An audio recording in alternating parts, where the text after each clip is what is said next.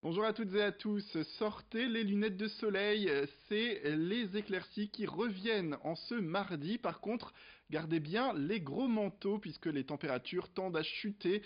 Encore aujourd'hui, comptez 8 degrés pour les maximales en ce mardi.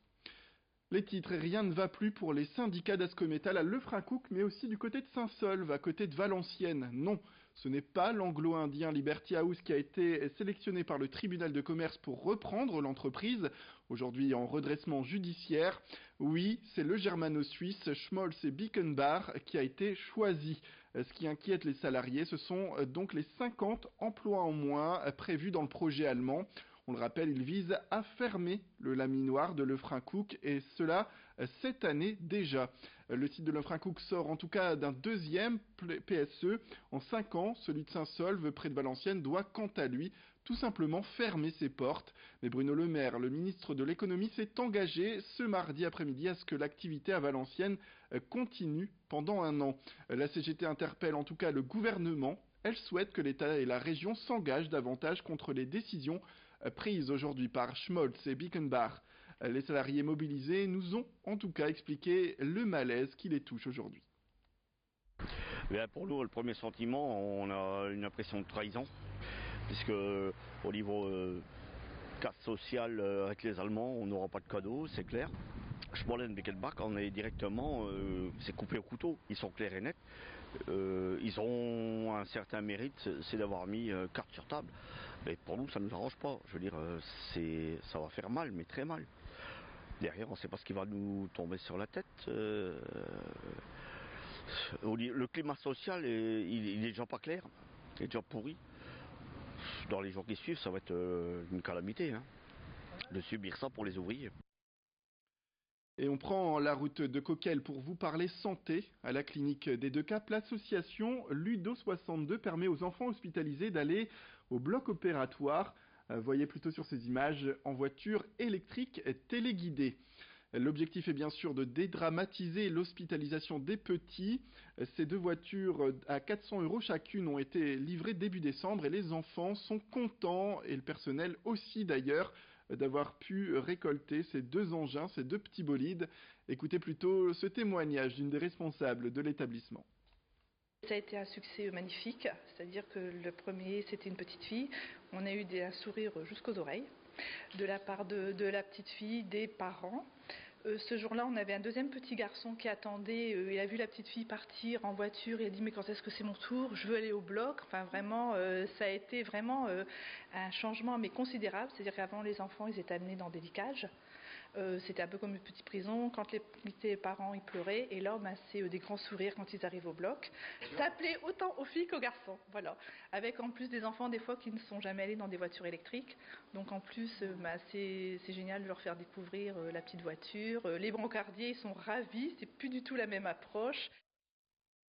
Et pour terminer, un focus, Federer marque peut-être l'histoire du tennis aujourd'hui. Mais à Boulogne-sur-Mer, la succession est sans doute là. Nous avons déniché un jeune prodige du tennis. Voyez plutôt tout cela en images. Le même coup droit avec un tout petit peu plus d'ajustement. Qualité d'appui, qualité d'appui. Oui.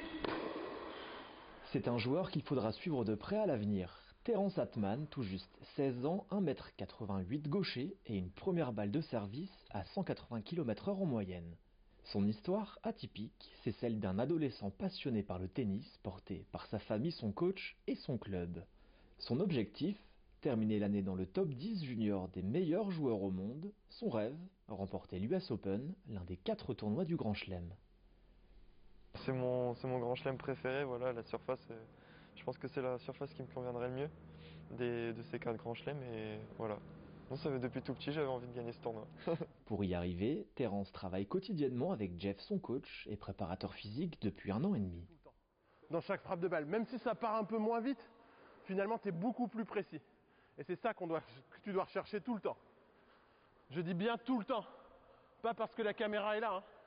On est passé de quelqu'un qui avait un rêve à quelqu'un qui commence à matérialiser son rêve. Donc on sent une personne qui de plus en plus est à fond dans son projet, qui de plus en plus commence à faire les choses par elle-même.